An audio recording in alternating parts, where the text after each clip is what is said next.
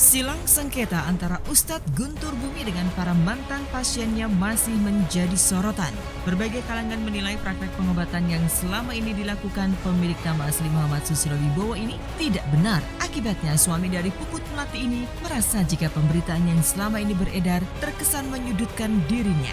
Hal ini membuat UGB Sapana kerapnya memilih diam dan menghindar dari kejaran para pemburu berita. Di sisi lain, UGB juga mendapat tekanan dari sejumlah oknum dengan mengatasnamakan diri kuasa hukum para korban mengintimidasi UGB agar mau menjalani islah serta meminta sejumlah uang senilai 150 juta rupiah dan emas seberat 3 kg sebagai kompensasi. Para oknum pun mengancam UGB jika tidak mau menjalani islah, para korban akan membeberkan permasalahan ini ke media dan merusak tempat praktek serta pesantren Ustadz berusia 32 tahun ini. Memang masih trauma lah ya, karena pemberitaan yang tidak berimbang selama ini tidak melihatkan fakta-fakta yang sesungguhnya.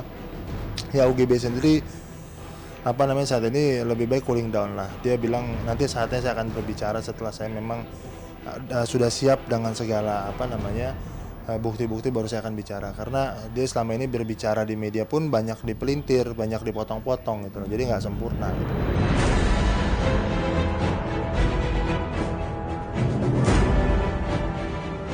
Merasa dirinya ditekan, UGB akhirnya membuat laporan dengan sejumlah barang bukti yang diserahkan pada pihak kepolisian atas tindakan pemerasan yang dilakukan oleh sejumlah oknum pada dirinya.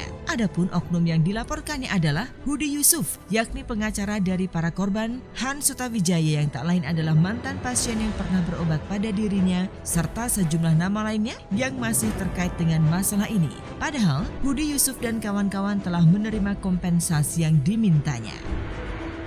Dua kelompok, yakni pertama kelompok orang yang mengaku-ngaku sebagai korban padahal dia tidak mengerti apa-apa. Terus yang kedua kelompok pengacara gitu loh, yang seolah-olah mendukung mereka, tetapi dibalik daripada itu mengintimidasi, mengancam dengan kekerasan supaya kita menutup tempat dan kemudian meminta sejumlah uang ya, dengan tujuan jika memang ingin islah atau ingin berdamai kita harus menyerahkan sejumlah uang.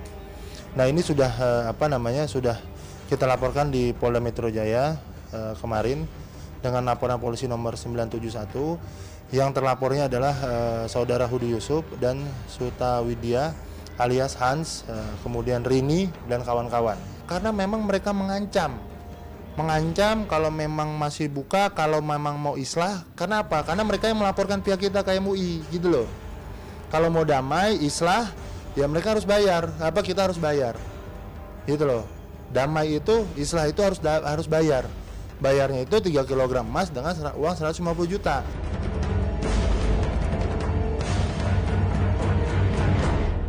Barangnya 3 kilo emas itu titipin ke Mas Asep biar ke Mas Hudi Yusuf ya?